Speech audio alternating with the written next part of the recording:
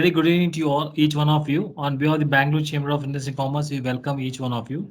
Before we could start the session, let us have a minute of a silence. The BCIC could offer its tribute to all those who have lost their lives to COVID-19 and pray for their soul rest in peace. And also, BCIC would like to express the gratitude to all the frontline COVID-19 warriors for their invaluable service. A minute of a silence from everyone.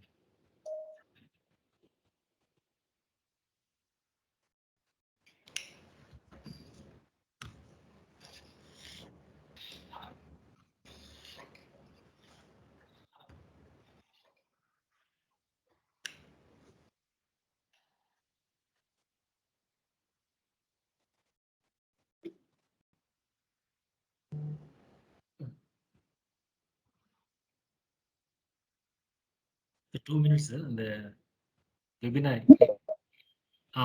Okay. Okay.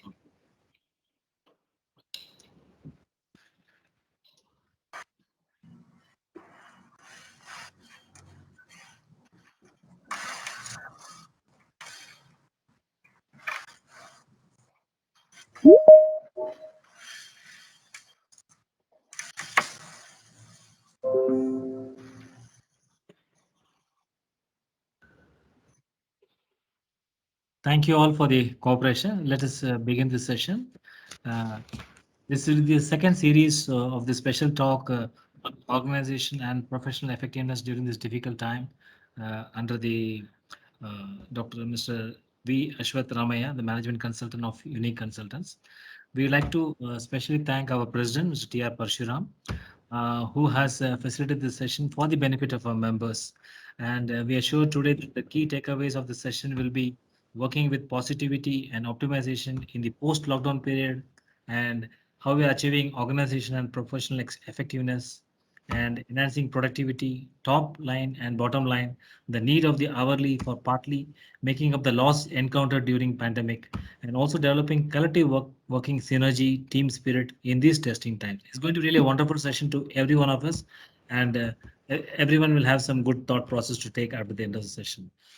On behalf of the BCIC, we'd like to express our sincere thanks to Mr. V. Ashwat Ramaya for accepting our invitation to address on this important subject. We would also like to thank all the participants for joining in today's session. We request all the participants to kindly mute your mic and webcam option. This is to enhance and keep the bandwidth strong as well as avoid any disturbance in the background. Please post your questions in the chat box only. The speaker will respond to your question during the session, or you could raise your hand wherein we will be able to take the questions. May I now invite our president, Mr. T.R. Parshuram, to kindly do the welcome address and share his thoughts on this today's topic. So over to you, President. Sir, you have to unmute your mic, sir. Yeah, thanks a lot. Very good evening to all, ladies and gentlemen. First of all, I sincerely thank my good friend, Sri Ashwath Ramaya, for accepting our invitation. Today is the second session. So after hearing him yesterday, I'm sure many people would have been overwhelmed by the kind of takeaways and the kind of wisdom he brought it yesterday. Thank you so much, sir. In fact, every time we listen to you, it's a great learning, and the happiness is something unexplainable. So yesterday he touched upon several aspects of how to be positive and use this as an opportunity, and the kind of lessons learned through the pandemic, what it taught us: humility, kindness, love, and contentment, and self-discipline. I think many such takeaways. And what really touched me was he talked about the corporate scoreboard, not only in the professional corporate, but also at the family. And he touched upon the family logo that he created, the kind of KPIs to evaluate the family relationship. Really very practical. And, these are all the kind of things that we should all inculcate and learn from great leaders like Sri Ashwath Ramaya. He has a rich experience of 25 plus years in corporate life. He started his career in Finametal. 1992, he started the Unique Consultants organization. for a greater purpose.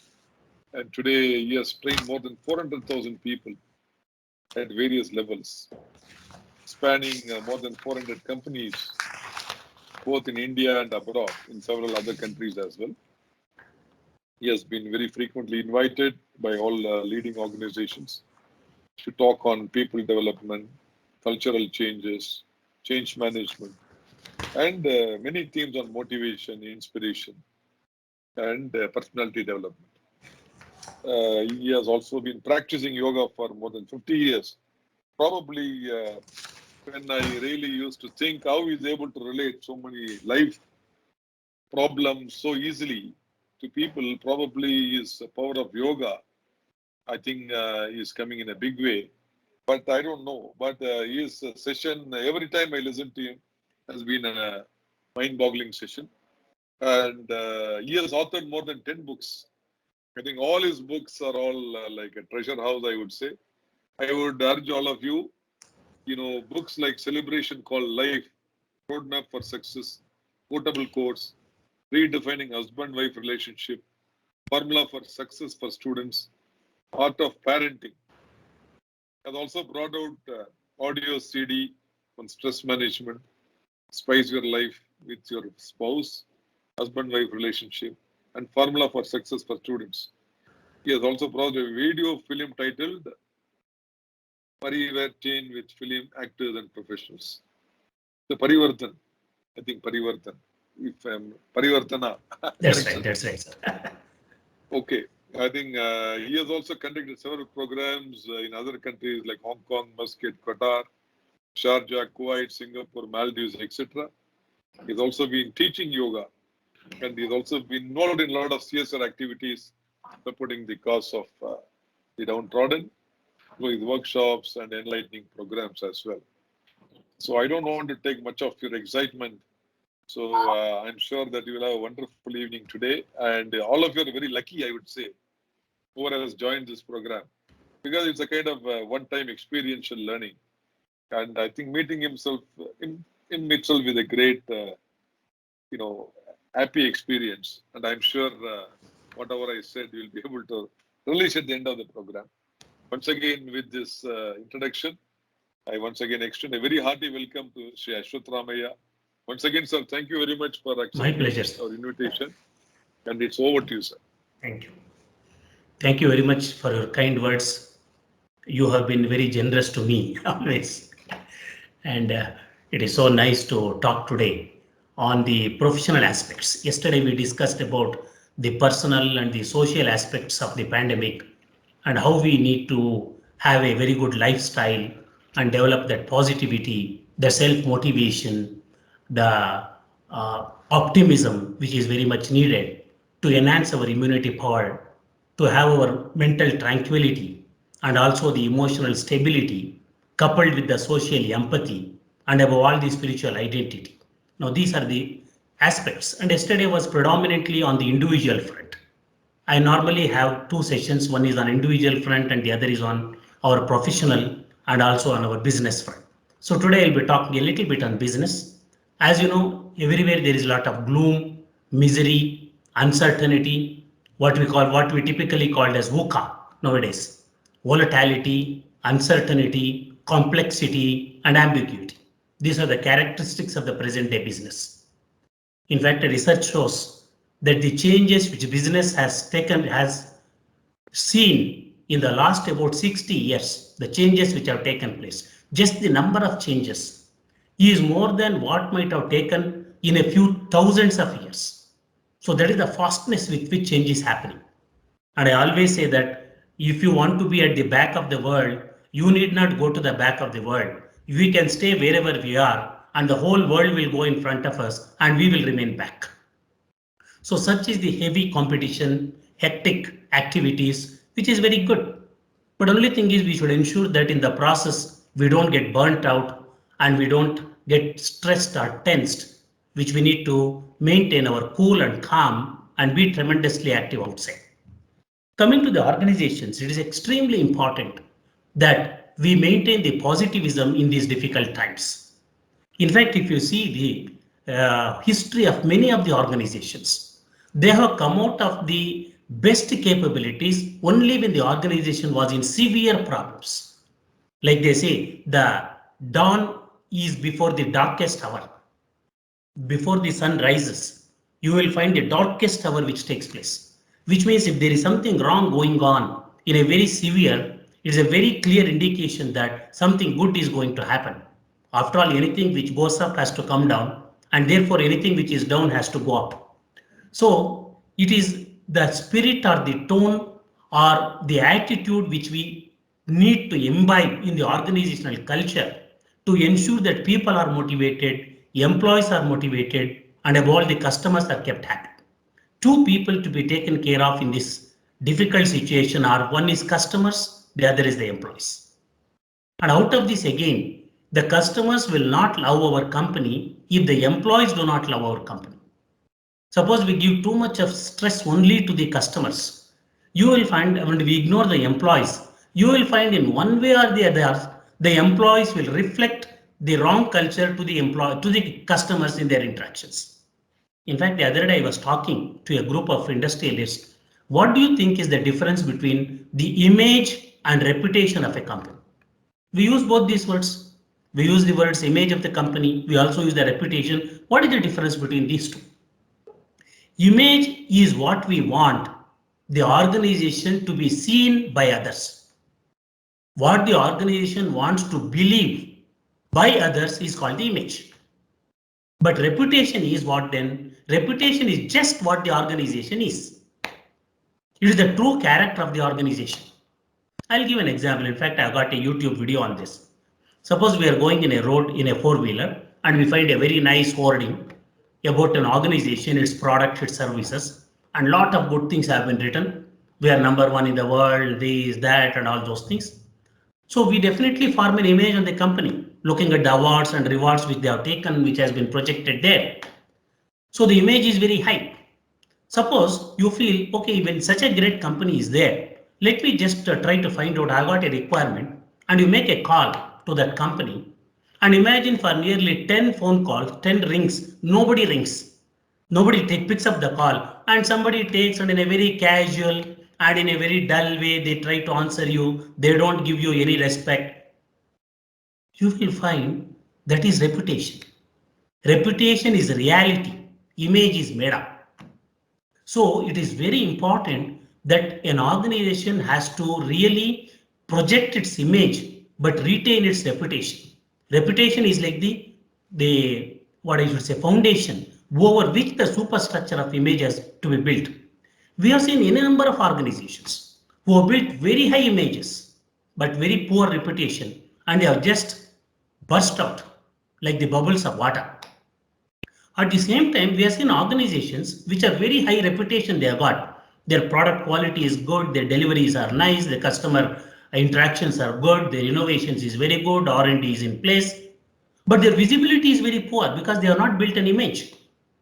So what happens when you are not visible to people, such organization also will have a slow death, decay. So in other words, it is very important to build a very high image and also on the basis of a very strong reputation. Image is what we want to believe what we are, what we want others to believe what we are, and reputation is what we really are. Now the reputation of a company comes out to the fore only under the most testing and painful situations like this. This is what is very, very crucial.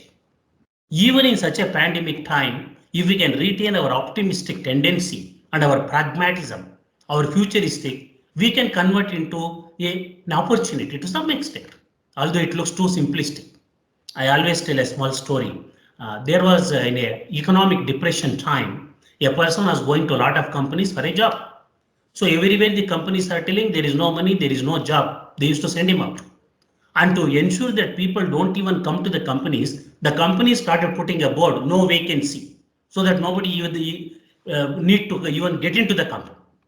So this man went into few hundreds of companies, everywhere it is written no vacancy, and he got frustrated.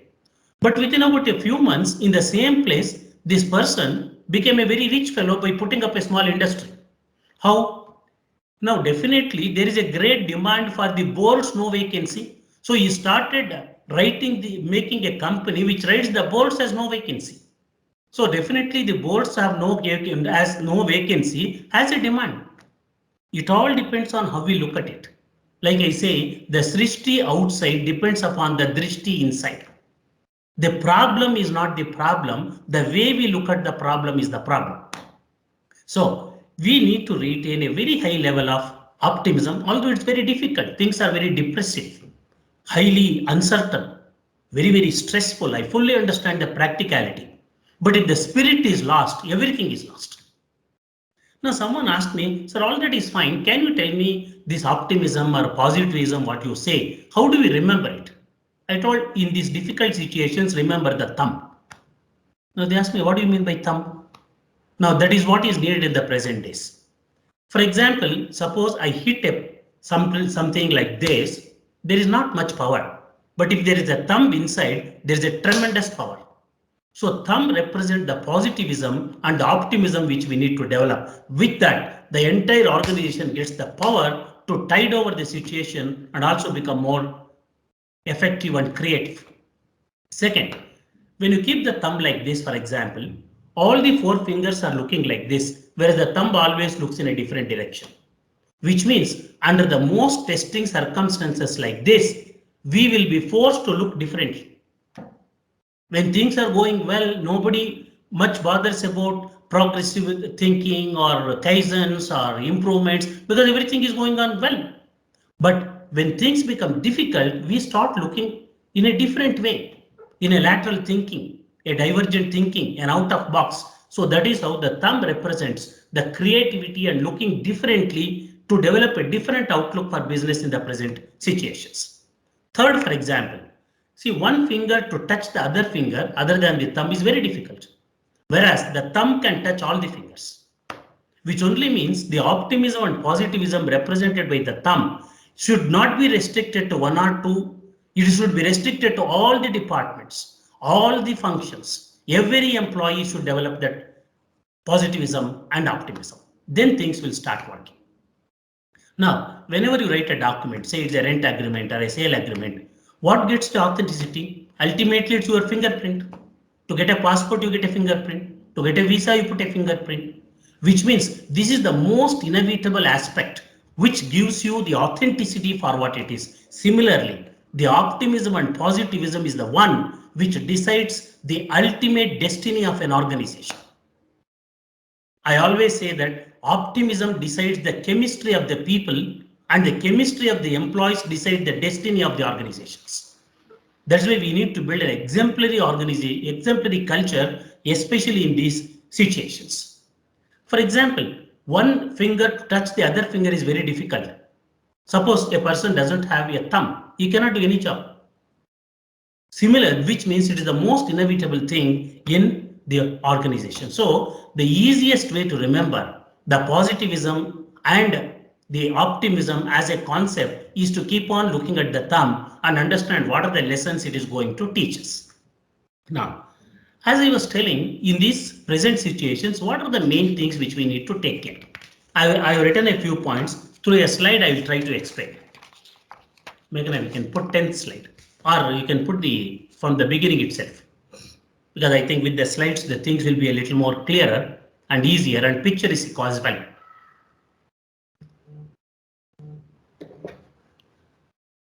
Sir.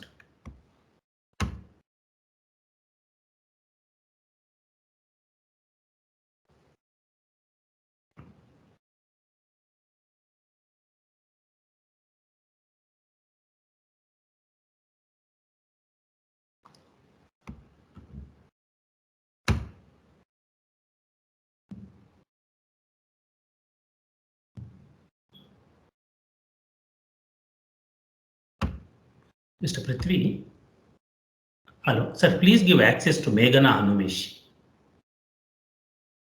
Okay.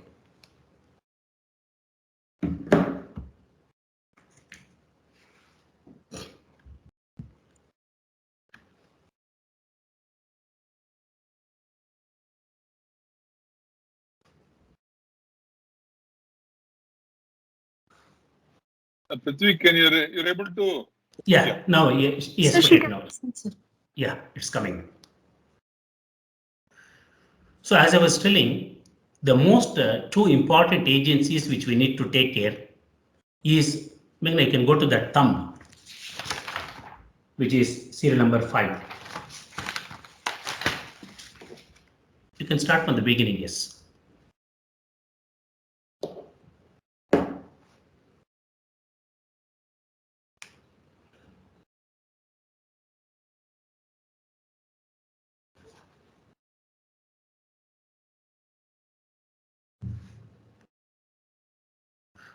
So as I was telling, positivism gives power to the organization's various functions. So we need to ensure that positivism is the most central driver or the prime mover for the organization.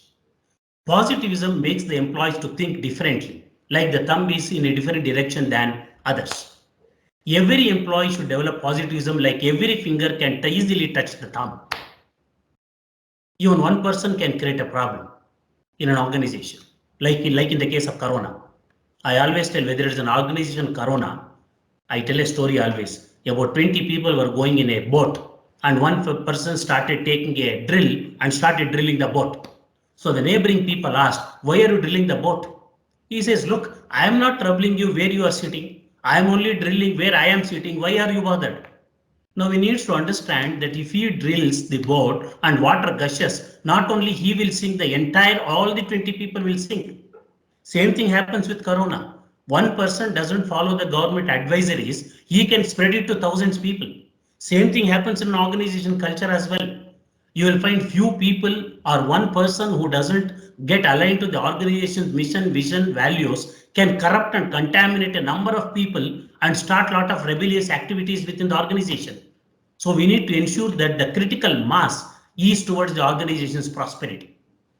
Now, we can go to the next one. Without positivism, the other all functions are powerless. Like without thumb, nothing can work. Positivism is the ultimate need for the success of an organization, like a fingerprint. And positivism makes the organization great and perfect. With this, this signal we can put only when there is thumb. So this is the importance of positivism and optimism. Now, how to convert this concept of positivism into a practical reality? There's no point in talking about dictums, doctrines, and philosophies. It has to be brought down to the ground level wherein it can be manifested with every employee. How it can be done is what I am trying to talk about. Next.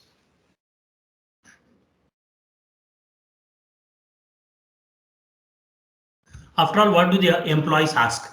Pay me fairly, treat me kindly, use me creatively, allow me to serve humanity in ethical way. Which means the employees need to be taken care of materially, emotionally, mentally, intellectually, and spiritually. And for that, what we need to do, especially in the present pandemic situation, next.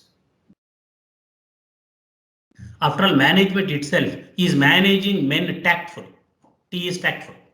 It's very important to be tact. Please remember, tact is different from manipulation. Manipulation is an intentional distortion of the facts by which you want to fool others for your advantage. Tact is basically a diplomatic and a very intelligent way of packaging the truth so that you get benefited and others also get benefited with a win-win relationship. So people need to be tactful when they need to deal with employees today. Next. Customers will never love a company unless the employees love the company first. So we need to ensure that the employees love our organization, and for that we need to give the necessary hand-holding, helping, empathy, and various other things. Next. Now what are the real things which are happening in the companies? My products and services are not in demand is one of the biggest problem. Can I look into making and offering what is needed by the market?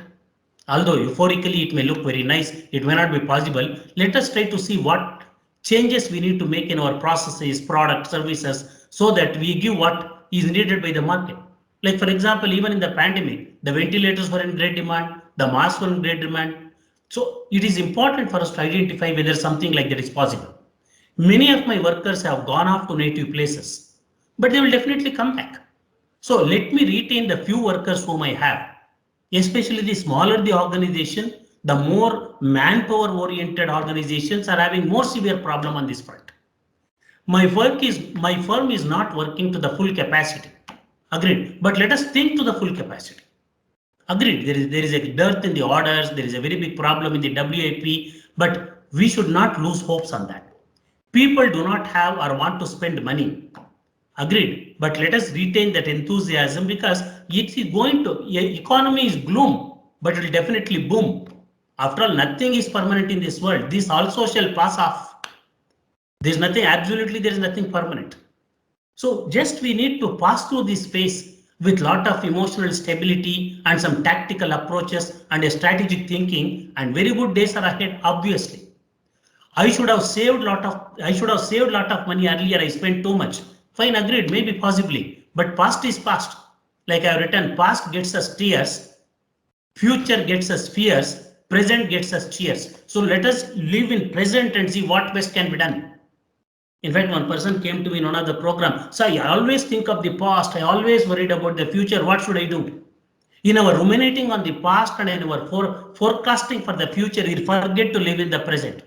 I only told him, close your eyes. He closed. Just observe the breathing, how the air is going inside, how the air is coming outside. When the air goes inside your lungs, you feel the expansion and contraction of the stomach and chest. When the air goes outside, you can feel the contraction of stomach and chest. Are you feeling? He says yes. When you inhale the air, can you feel the coolness all the way down into the lungs? He told, yes, sir, I can feel. When you leave the air out and the exhalation, can you feel the warmth at the nostrils? He told, yes. Now keep on observing this temperature difference, the movement of the muscles. Keep on looking, keep on observing, keep on. After 5 minutes, I rolled him to open. Are you thinking of the past or future? He told, no, sir. I was busy with the present. So it's very important. Past is like a post-dated check. The cancelled check. Future is like a post-dated. Present is the hard cash. So these are the optimistic tendencies we need to put the past things back. Don't cry over the spilt milk and let us get going. Next.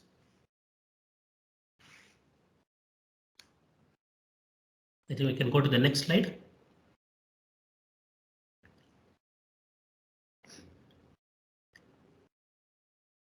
Now, my reserves are draining out. That's what's happening to all of us.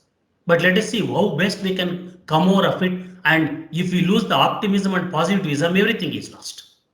Next. Why is it happening to me? Look at him, he's better. But the problem is we don't know his story. He may be good in one aspect, but he may be very bad in many other aspects. After all, people live in different verticals. So there is no need to compare ourselves with others. We have a set of situations, a set of circumstances, and we need to handle it.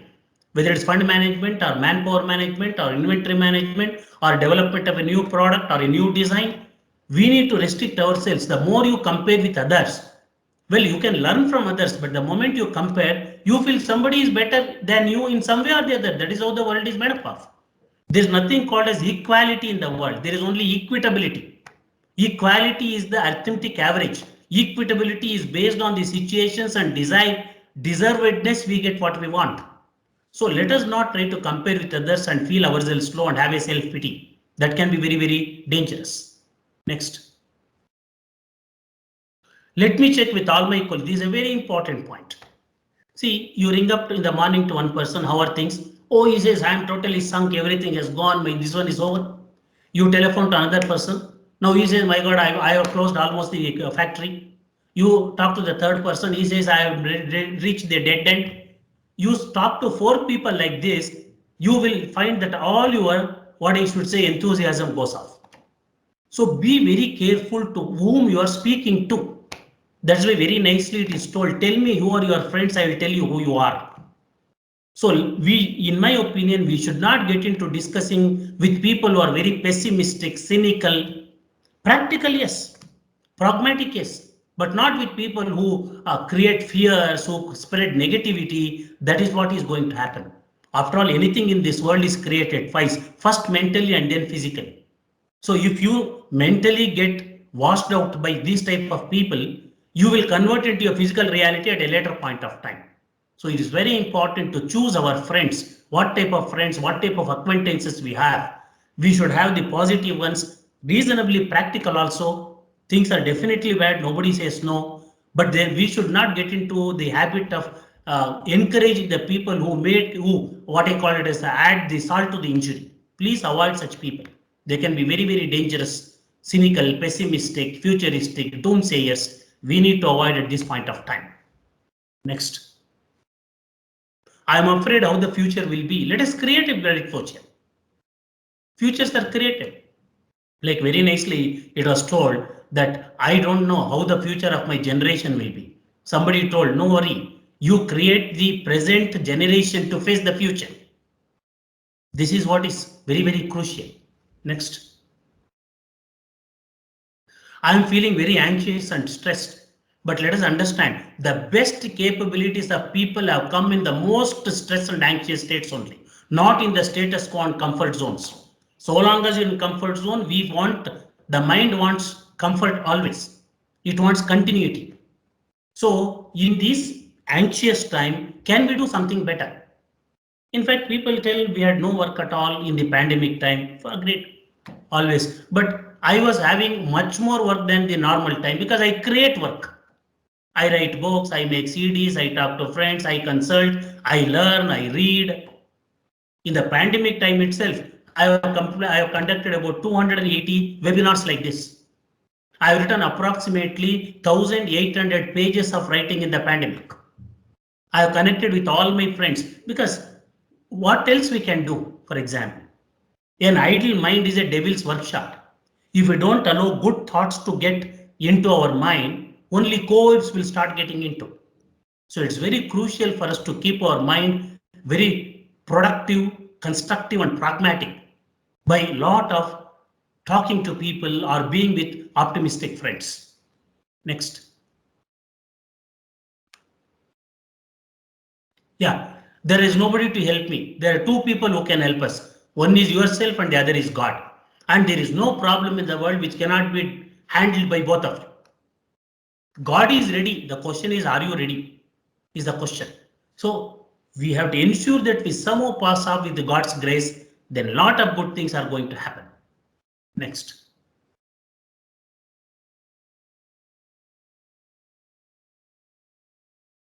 Oh, it's very painful. Yes. Short-term pain will always lead to long-term gain.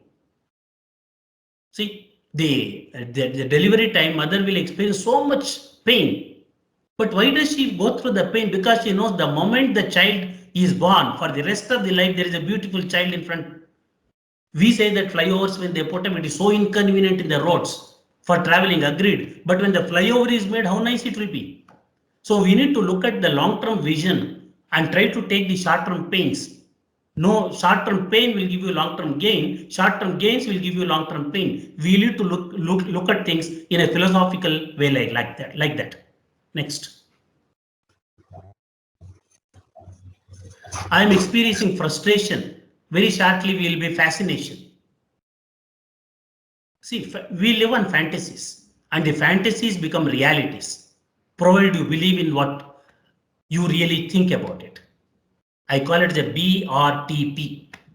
B is belief, R is responsibility, T is techniques, P is patience. These are the four things which are needed. Number one, we need to believe that this is not going to be permanent. Two, we should take personal responsibility to do the things. Three, we need to know the right techniques to manage and maneuver the present situation. And above all, P, that is, we need to have the patience to see that we pass over this difficult stage. That's what I call it as BRTP. Belief, responsibility, techniques, and patience. In fact, there is a video which I have uploaded in YouTube, some of you can watch, of how to tide over these difficult situations with a BRTP model. Next.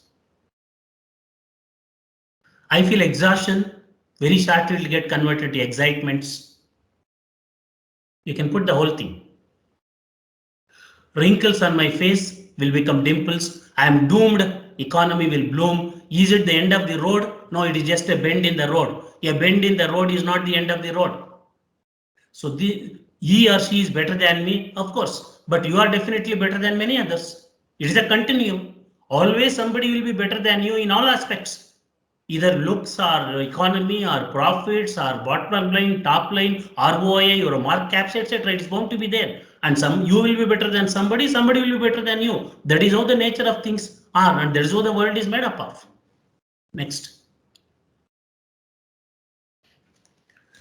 So, as I told you, VUCA is the order of the day, and I'll get back to what is that. I have some points which we can possibly put into action. We can get into page number 17.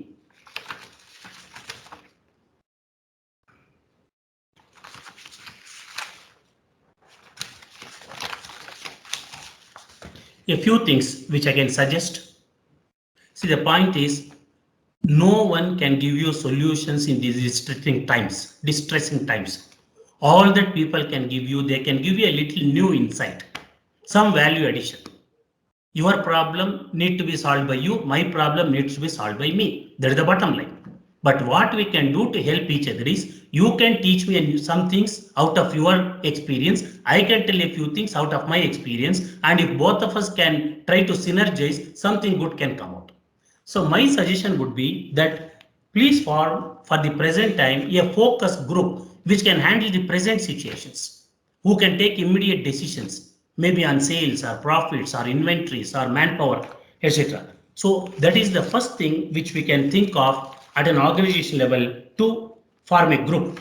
Number two, it is obvious to say that follow all government precautions, which is very much needed. Be aware of the various government facilities, if any. Have close contact with the industrial associations and trade bodies, because they are constantly taking up the cause of the industry. So maybe something good is coming out and we need to be very abreast of the situations. Very crucial at this point of time is address and inform all the employees what is happening right now. The lack of information can lead lot of suspicion, and people can talk lot of grapevine and get into serious problems. Therefore, keep informing your people, call for a town hall meeting on various modes, explain this is the present situation, these are the inventories we have, our orders have become less, we don't have money, we had good times, let us pass through the bad times. I remember one story, suddenly I remembered. I think we know about Arthur Ashe, he's a great Wimbledon player. So I understand that he got an incurable disease, that too because of somebody else's problem. He is a phenomenal player and a great human being also. I was told that some, what I should say, fan wrote a letter to him. He told, why did God give you such an incurable disease to you? You are such a great player and such a great person. So the fan expected that if at all he replies, he will say, yes, what to do, this is my destiny, this is my fate, something like that. I understand Arthur Ashe replied like this. He says, look, there may be about 4 crores of people, 5 crores of people who really start playing tennis. Out of that, possibly only 50,000 people will take tennis as a professional profession. Like many of us have played cricket in our younger days, but did we become great cricket players? No, we left it at that time. Now, out of that 50,000 people, only about 500 people may get an opportunity to display their talent in some local counties or matches, etc. Out of that, only 128 people can get into the Wimbledon. Only 4 people can get into semi-finals. Only 2 people can get into finals. And out of that 2, I got selected and I got the cup. So when out of 5 crores of people or so, God selected me for this cup, I never looked at God above and told, my dear God, why did you select me for this cup out of 5 crores of people? I never asked. So when I did not ask that, I have no authority to ask that now why did you give me this disease? The God who gave me that much of facilities, that he selected 1 out of so many crores, also has got the freedom to give a little problem to each one of us. I don't know whether it is making sense or not. It is very important for us to understand. When we got undeservedly some of the benefits, some of the times, undeservedly we can also get some pains. That is a rule of law. That we cannot pick up any rose without a slight thorn getting and hitting us. And that's how business works, that is how life is. In fact, if you write down the list of all the things in your life which you wanted, and you tick those which you achieved, you will not even get about 5% of the total number of things. But still, we reconciled, we compromised, we sacrificed, and learned to smile and walk away. Put things behind and go away. That's what is needed much more in this present situation. Things will become better. These two shall pass off. All that we need to do is we have to sit pretty, stay put in our positions, strategically think and get going. Let me go to the next point.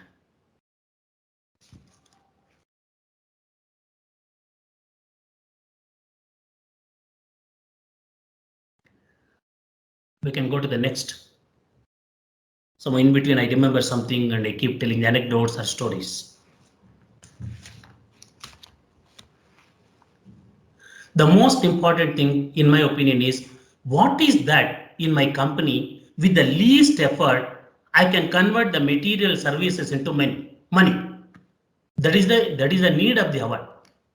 Because we can't get into too much of planning and too much of long-term projects. Today, growth, we need to keep it aside. What is needed is the survival. How can I make for the working capital, for example? How can I breathe? How can I put my company on oxygen? That is what is needed. So you need to tell your employees anything which can get me money with the least efforts, please do that first. Because we need liquidity, for example. So that is what follow up for payments, working capital, running expenses, give priority to products and services, worker effort is less and you can improve the receivables, cut down all sorts of costs. Of course, we'll be forced to cut down, postpone expansions, postpone diversifications, long-term plans, only in cold storage for the time being. It is like putting the vehicle in the parking lot. We'll take it to the main road whenever it is needed, but not at this point of time. You can't afford to, nor it is possible practically. Next, one more point. Don't get into any shortcuts at this point of time. See, the more difficult times comes to us, the more sacrifice a person wants to make in ethics. But once ethics are lost, everything is lost. So we need to hold our jaws tight, our tongue tight, our body tight, our belt tight, and ensure that we pass off these present situations. Now, these are some of the things which I just wanted to tell. And another thing what we can do is there are so many stories available to us, people who are in the worst possible situation, industrialists, professionals, entrepreneurs, but they have risen to great heights by developing that positive attitude. So it's better to read such autobiographies or biographies so that we can get inspired. Like Henry Ford went bankrupt so many times before he became a great person. Thomas Alva Edison, for example, failed so many times before he invented electric bulb. Richard Bash, his story was denied by so many people before it became a phenomenon. Your Harry Potter, for example, was not at all success. Take Amitabh Bachchan, for example, the initial films were a total flop. I can quote thousands of examples who stood steadfast and they saw it through and they came out with flying colors. And we are going to be one in that list, provided we develop that, as I told yesterday, clarity in mind and purity in heart. If we can develop these two, base our, what I should say, entire operations of the industry on strong SOS, crisis management with ethics and a strong people management skills with focus on the customers, on welfare of the employees, we will be able to get over, and very shortly we will be laughing out of whatever happened in the industry. So at this point of time, I just want to stop and ask you a few questions, doubts, clarifications, some riders or some corollaries. All of you are very experienced. I have tried to put in things whatever is possible, and you can ask any more information you want or different insights or examples. Share your experiences so that we can make the session as interactive and as participative as possible.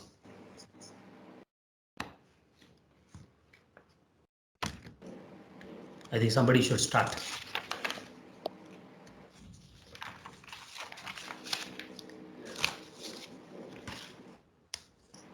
Sir, I Yes, think sir. some, thank you, sir. Yeah, any questions or any more information? Some chat box, Prithvi. Yeah, please check up, sir, whether there is any. Yeah, some chat box, some questions have come. Yeah, please. We can raise those questions on priority. Yeah. Yeah. Shall I read it out, sir? Please, Yeah, Mr. please. Yeah. One is from Mr. Nagesh.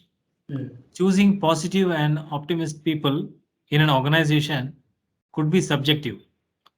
However, say Mm. yes or agree with me all times kindly of Kind of Challas. kindly of kindly of Chalas, Kind of Challas. kind of Chalas, Taskmasters. we may consider them as positive. Mm. We need to be careful and in objective selection of such persons. So your comments on this? Yeah, very right, sir. What you say is very right. We need to be choosy. Agreed. See, there are two ways of looking at this. Some people say when you recruit the best possible person. Fine, agreed. But even the best possible person, if he enters an organization with a very bad organizational culture, two things will happen. Either he will contaminate the culture or he will quit the organization because he is not fitting into. I have always believed that you do all possible assessment, test, background checks, achievements. But the majority of the contribution takes place after he enters the gates of the company. So establish such an exemplary thing that even if an average person comes, he becomes extraordinary in our situation. It is something like this. Suppose there are two colleges and one college says only more than 95% people I will take as inputs. You know. Now another college says I will take even 40% people. Now let us say ranks. The first college will get about 10 ranks, second college will get only 2 ranks, and from 40% the average goes to 65%. Definitely the second college is much more committed, dedicated and effective than the first college. So all that I am trying to tell you is, yes, do all sorts of assessments, etc. But we need to create a very congenial, a motivating and a very optimistic environment in the organization that even ordinary people can do extraordinary. I just want to quote one example at this point of time. There is a company which is off Hosur Road, and they told me, Mr. Ashwath, please conduct some program for our operators and workers. Let me not tell the name of the company. Now I did some programs here and there. So MD called me once and he said, Mr. Ashwath, you have been doing so many programs. How do I know that our people are developed ownership or motivation, attitude? How do I know? Because they are all operators and workers. I told sir, that is for you to check up. Please check it up. Because if I ask, or even if you ask, they will definitely say program is very good. So what this man did was, even without informing me, one fine morning, he put all the executives and sent them to a far off place. So when the workers and operators came, there is nobody in the organization. No supervisor, no foreman, no VP, no GM, nothing. So first 1 or 2 hours workers kept quiet. What they thought? What did Ashwath Ramaiah teach? There is no need for anybody to supervise me. I have to be self-motivated. So people started working. For nearly 3 days, I was told that there is nobody and all the workers and operators have done the same production as throughout. See, they were the normal workers only. So it is this type of creation of the culture that we can make right people into, I mean, ordinary people into extraordinary people. So, but I think your question was that yes men at the outset appears as a very positive person. Yes, what you say is right. Therefore, in fact, as a leader, if you are a manager or leader, you should thank those people who oppose you, not feel good about the people who agree with you. Because in this world, in our life, we have learnt more from people and customers who objected and opposed to us, not people who agreed and appreciated us. Of course, that opposition and that object should be very objective. It should be issue based, not personality based. So we need to encourage dissent. We should make people to say, please say no to me. That is how I learn. I get another aspect, another perspective to the whole thing. So getting carried away by the yes men and the sycophants is the easiest thing for a leader to do. But he is putting himself in a ivory tower and into a very comfortable people, and there is a self-inflation of the ego before the bubble bursts one day and the earth beneath grows crumbling. We have seen that. So it's very important for us to ensure that if he is agreeing on an issue based, it is fine. But if he is agreeing just because he to please you or impress you, be very cautious. Now, how do you find out whether a person is a yes man or is objectively agreeing to what you say because he thinks that is the best? Very simple logic. Suppose 10 things you say, he says 8 things he agrees, 2 things he doesn't agree, most probably is objective. Suppose you say 10 things, all 10 things you say you are perfect, then there may be something wrong. It is just by arithmetics, it is not possible that throughout my talk of 1 hour, every word what I speak is perfect. It cannot be like that, no. So this is how you need to constantly keep away sycophants and try to encourage dissent. In fact, one MD called me and he says, Ms. Ashwath, one thing you should do, you make our people to speak out. Nobody speaks out in the morning, sunrise the meeting, or in the town hall meeting, or in the status meeting. Nobody talks. Then I told, problem is they want to talk. Some of them must have been shot out and shouted at when they spoke. That's why they withdrew. Yes, how do you know? I know. I know. So I told him, tomorrow I will sit in the meeting. You just keep listening. Don't talk. Let me see what happens. So next day I came. So these people are telling something and he just kept quiet, which was very uncharacteristic. People started talking, coming out with ideas, good or bad. So it is for us to understand that we need to encourage those people who say no to us, qualitative, objective, not get ourselves entangled and enamored with the sycophants and yes men, which will only corrupt and contaminate our mind and just put us on an attic, and we find that we are living in a fool's paradise. I hope that's why in my training program someone says, sir, I don't agree with you. The immediate answer I give is, sir, whatever I say, if people agree, I like that person who agrees. And if a person disagrees, I respect that person. Because it's only the disagreed people who have taught me something in life. Now, for this, you need to shut down your ego. You need to develop humility. You need to understand there are a lot of things for us to learn. Only such people can build exceptionally good organizations with exemplary cultures. I hope it makes some sense. Good. Any other question, Mr. Prithvi?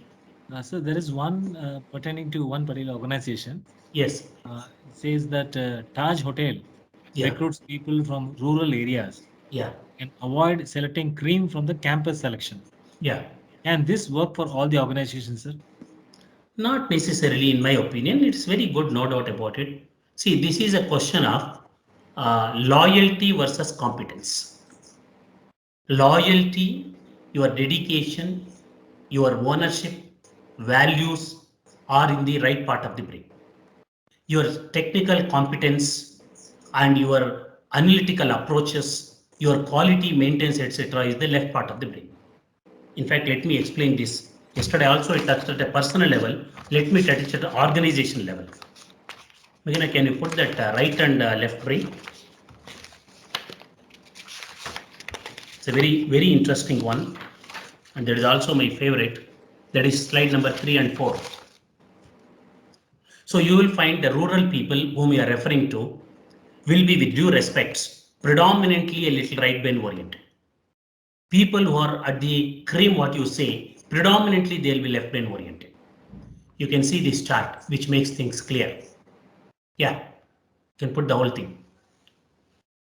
Left brain is responsible for thinking, intelligence quotient, technical skills, analysis, logical data, statistics, science, management, success orientation, and commercial sense. All this is left brain. Your systems, structures, your what I should say, manuals, QMS, your policies, your SOPs. Now, right side, what is the right brain? Feelings, emotional quotient, human skills, which is also called soft skills, creativity, intuition, artistic pursuits, leadership, satisfaction oriented, and higher values. These are the right part of the brain. Now, if you put this module, if you simulate this module into an organizational setup, the model looks like this. Next slide. You can see this. Meghana, can you read this? Something is blocking. Survival of business. Survival of business? Yes, these are all the left part of the left brain part of the organization. Please let us understand. Yeah, please. Survival of business, government advisory, arrange funds, Arrange manpower, convert goods to money, liquidity, inventory control, virtual working, that is work from home, micro details, top line and bottom line, cost reduction, customer focus, proactive measures. These are the left parts. All these are the left part of the brain of an organization. But when it comes to right part of the brain, it has got positive and negative. What are the positive aspects of the right brain? Yeah. Strategy, optimism, positivism, confidence, patience, employee welfare, information exchange with co-industries, teamwork, ethics and values, exemplary organizational culture, keep long-lasting pending issues aside, learnings, more resilience, proactivity, endurance, disaster management, emotional stability. These are the positive aspects of the right brain of the organization. See, an organization is like an individual. Now, the negative aspect of the emotive aspect of the organizations are these. Manage anxiety, fear, uncertainty. Keep away from negative people. Spreading negativity. Shortcuts, that is unethics. Read about success stories during crisis. Happy family life. Positive and healthy lifestyles. Belief in God. So these are the right one. Now you will find the question what you asked is you will find if a person is uneducated, rural, whatever it is, with due respects, they will definitely be more in the right brain because they will be passionate to work, they'll be a little obedient possibly, they'll be a little submissive, they will be having more dedication, they will agree to what you say, they are willing to learn, etc. Whereas the left brain people, they'll be very good, they will have already good knowledge, very good professional skills. Now, it is wrong, in my opinion, not right to think that an organization can run only with the right brain people or with left brain people. Not necessarily, we need both types of people in different cadres, in different proportions, in different extents, and in different functions. Suppose, for example, you want a MIS person, management information system, definitely you should be strong in the left brain. Suppose you want a social counselor planted in the company, he should be definitely more right brain oriented. Suppose you want a QC chief, he should be definitely good in the left brain. But suppose you want a HR person to be recruited, you should definitely have a good quantum of the right brain activities. I hope I'm making it clear. So you need to find out what is the requirement of the job profile and find out what are the criteria and the attributes and the core competencies which are needed, and accordingly recruit the people also and train them accordingly. The left brain people need to be trained on the right brain things. That's why very nicely it is told organizations hire people because of their hard skills. Very shortly they'll be fired because they don't have the soft skills. So just soft skills also is not enough.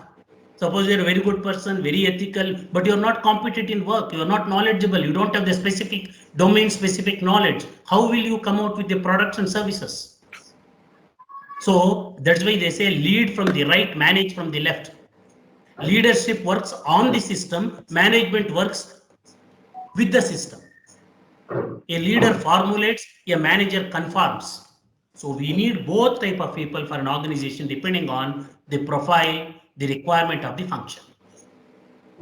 Have I made clear? Any questions on this? Any thoughts? Very beautifully explained, sir. It is very important, sir. See, what is the paradox of the corporate today? Competence is left brain, character is right brain. People who are competent do not have good character. People who have got good character are not competent. So where do I go recruiting these elusive people who are having the competence to give me the results on the financial parameters? At the same time, they are so dependable, so worthy people and so ethical people that I can fully trust on them. So elusively, corporates are searching for such people. So all that you need to do is make the competent people characterful, make the charactered people more competent and get the best of both the worlds. First one, sir, am I right, sir? Perfect, sir, perfect. Yes, sir. Very good question. Very nice question. I think the questions itself indicates that you want to know or you want to share a lot of things. They are so matured questions, I would say. Any other question? I think the anyone wants to speak also, you can lift your hand and speak. Very convincing answer, sir, and very good analysis. Yes, thank you. Very much. Okay, well, that's nice. Now, let me just put the summary takeaways. before we come to the conclusion. You can always respond later also. We're going to come to 30th slide because the takeaways has to be very clear. Mr. Parsuram sir, if you want 1 or 2 slides of this, I can send it to you. You can Sure, share with the people. Sure, sir. So that sure. for future reference, let them have it. Yes. Sure, sir. Sure. Thank you so much. So my suggestion is, at this point of time, although nobody can provide you any solutions, slide number 30. Next one. What are the takeaways? Don't panic, but take action. See, people who worry never act. People who act never worry. Worry is the interest you have to pay for the troubles which are not yet due for payment. 95% of worries are imaginary in nature. That's what we have to get rid of. Now take action so that you receive money and finish the process as early as possible and convert the goods into your money. That's what I need today. Working capitals are stuck. The inflow of money is horrible. Operational costs are not able, we are not able to meet. People are not getting sleep in the nights, many entrepreneurs. So what is that I can do to get to see some money in my eyes? That's what I need to do today. In a very ethical manner. Please understand that. That is the borders, ethics and morals of the borders. No compromise on that at all. Very nicely it is told, a principled person has a value, a corrupt person has a price. Now, don't talk to negative, pessimistic people. Be very clear of what is happening in the market. Be very vigilant. Moment to moment, things are changing. Form a core group in the organization. I can put the whole thing. Be in touch with industrial associations, trade bodies. Look at these associations, what they are doing. Look at BCIC, RCI, whoever. They are all trying to tell people, look, things are difficult. We will call some person. He will tell something. If it is useful, you take it. They have all risen up to the occasion to what is. That is where the difference have closed nowadays. There is no difference between the organizations today. People who never used to talk to others with ego and arrogance have shut down their egos and they are coming to each forward because there is a common enemy. Now, we cut costs, take care of your employees, enhance your knowledge, read books, improve your leadership and managerial skills, follow the ethics. Believe that these also a temporary phase, it will pass off. Nothing is permanent in this world. Even death is just a change in your cosmic address. Death is just a small intermediary station in the journey of your spirit or soul. Don't bother. Don't bother at all. I have never bothered, honestly. Plan for the best. Be prepared for the worst. Leave the rest. Don't be in a hurry. Don't be worried. Think of hurry and be merry. Next. Read motivating statements. In fact, I have made a list of inspiring statements. All great people, you know, when bad times come to good people, they become better, not bitter. Like this, I have compiled. So I tell industrialists, please read this, sir. At least some your neuropeptides and neurodendrites will Sir, all become a these little also in your books are also available? Yes, All it these- is. In fact, I can send it to Also, you. E-books are available, e-books. No, e-books not yet, sir. Okay. I have to work on that, but printed books are available. But I can send you those statements. See, what we see, what we listen, brain works like that only. Brain, see, I'm sitting in a room, there are two, doors. Whomever I allow in the doors, that's what they will come in the room. If I allow all useless people, they'll spoil my room. Good people, they will keep the room fresh. So be very careful of what you see and what you listen. That's how your brain will work. That's why in my training programs, I say, whatever slides I show should get into your ear, mind. You should see that, which is called patana. Whatever I talk should get into your ears called shravana. This visual patana and auditory shravana should get into your mind, which is called manana. You should think them over and decide in your intellect, which is called chintana. You should put into practice in your workplace, which is called chetana, till it becomes a part of your life called jivana. See, that's what is important. Now, put up motivating statements in the shop floor. Put up boards. Attitude decides your altitude. Clarity in mind and purity in heart. For example, we will pass this through. There is nothing which can deter us. We are one and we will win. I have done a program for FKCC on this.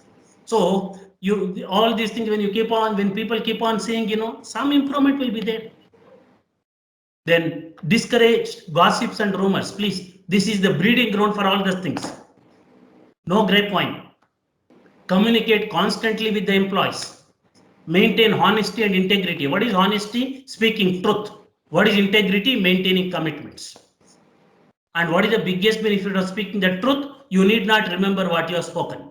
There is a truthful fellow will sleep very comfortably. Truth is the nicest and the softest pillow you can have for a good sleep. You manipulate, have hidden agendas, you get into problems. Generate new ideas, work hard, maintain healthy and lifestyles, and above all, maintain very good families. It is very important family life at this time. A domestic disharmony can lead to a corporate calamity. So this is the takeaways from this program, which I wanted to put it together so that we can pull it through in these difficult situations. Good. Any other questions? I think I'm sure people have a lot of questions. In fact, some of them have said we should have more programs from Mr. Ashwath Ramaiah. Such kind of suggestions have come. I'm sure people have a lot of questions to follow. I think definitely they can discuss and they can write to Bangalore Chambers, and we can connect them to Mr. Ashwath Ramaiah. Really, we appreciate your time, the kind of passion, the kind of commitment you have shown for this program, and the kind of aura you have brought into this table. Really, it really makes a difference. I would say it's a kind of a wake-up call. Yesterday also I used the same statement, because sky is not the limit, I would say, because the kind of learnings, and I think once you open that door, I think you can see innumerable number of opportunities. Today, I think he has brought in a very, very right prospects of right brain and left brain. And I think he has linked it to the organizational performance. This is something, a very interesting model. I'm sure a lot of organizations can take a good benefit out of this model. So once again, it's been a very great, happy feeling, listening to you, sir. And we always look forward to some kind of a positive energy. Once again, I thank you from the bottom of my heart for sharing your valuable insights in a very simple way. Again, the beauty of Mr. Ashwath Ramaiah, I always keep telling, he doesn't talk E is equal to MC square. He just talks APPLE, Apple. But most of us don't realize that until we realize the message. I think he brings that kind of a clarity to his message in a very, very simple layman's language. I think that is the power of his presentation, and the kind of insights he is able to bring in, both in corporate life, personal life, and the linkage between the two, which is something very unique, and definitely brings the value to the table. Once again, sir, thank you. I think you have very nicely summarized. So I only feel that more people should join these kind of sessions, because these are all rare sessions that come. And the kind of takeaways through these sessions are invaluable. I can vouch for that. Therefore, in fact, he has written a lot of books celebrating with life. I think excellent book. But I've read that book 2-3 times. And amazing feeling you get reading those books. Definitely, it is million times better than going to doctor and spending lakhs of rupees. I always realize, reading such books brings a lot of positive energy. At least you can keep those books under your pillow and you can sleep. So that is a treasure that you can carry. I can vouch for that. So with this, once again, thank you all for joining this session. And we look forward to similar sessions. And once again, I wholeheartedly thank Sri Ashwath Ramaiah. And for the chambers, as a small token of our appreciation, I hand over to Prithvi to do the felicitation. I think we'll send a Mr. Prithvi, we will put that Google form. It'll take only 1 minute. Sure, sir. Please Megan, I can send the Google form. Yes. It will be useful for you also to get the perspectives of people. Take only 1 or 2 minutes. Megan, I can send the Google form. I request all the participants to please fill up the Google form. It helps. Your opinion is very valuable for us. And I'm sure we are going to do a lot of things with BCAC and many other organizations. This will pave way for all those things. Yes, Sir, sir. our I've HR dropped in the committee is Google very form. Yeah, Our the HR Google form committee- has been dropped in your chat box. Please reply to that. Our Sure, HR sure. Thank committee you. is very active, sir, under Dr. Augustus of Oh, great. IBM Uh-huh. and Lavanya Prasha. Uh-huh. So they've been doing a great job. Very So nice. definitely, Mr. P.C. Prabhakar is also a mentor to our HR committee. Oh, great. Very nice. So definitely, people like you can add a lot of value and bring wisdom to the table. So It will be we my are very pleasure. happy to associate with you from BCAC. We can also think of having some half-day workshops like I do for many other organizations. Sure, sir. Sure. Virtual or even offline, whatever. Sure, sir. Sure. Yes, Sure. yes, yes. We'll start off. Thank you. Thank you, President, sir. Yeah. So Ashwit, so as a token of appreciation from the chamber, I'd Yeah. like to give a virtual memento, and we'll expect to deliver at your home or office, sir.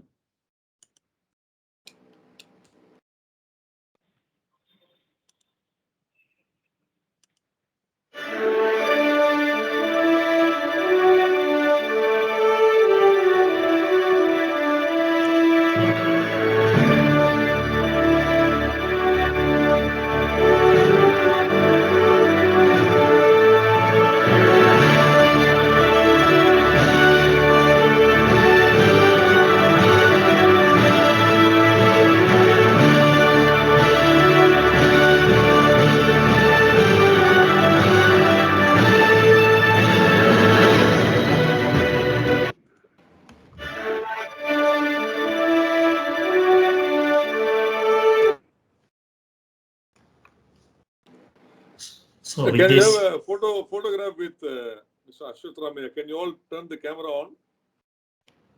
The kind of a President, sir, can we photograph. have the national anthems please after the photo session? Yeah. Yeah. We will have a photo with Mr. Ashwat Ramaiah. Then we'll have the national anthem. Sure, sir. Take the photo.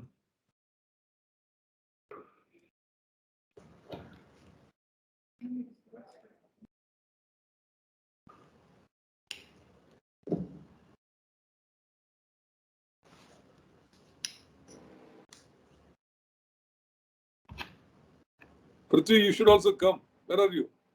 Yes, sir. Yes, sir. Rupa madam.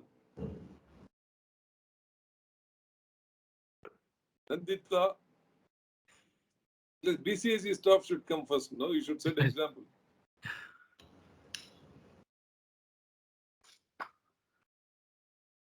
Where is Nandita? I'm seeing her, but not all BCAC. Okay. Now I understood one thing. People just log in and go off. So that's why this is very important. Jokes apart.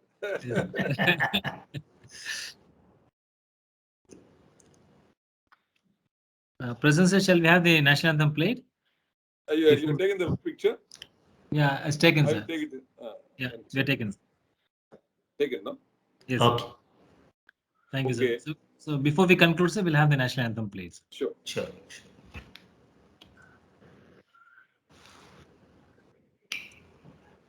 जनगण मन अधिनायक जय हे भारत भाग्य विधाता पंजाब सिंध गुजरात मराठा द्राविड गंगा विंध्य हिमाचल यमुना उज्जल जगत तरंगा तव शुभ नामे जागे तव शुभ आशीष मांगे गाहे तव जय गाथा जन गण मंगल नायक जय हे भारत भाग्य विधाता जय हे जय हे जय हे जय जय जय जय हे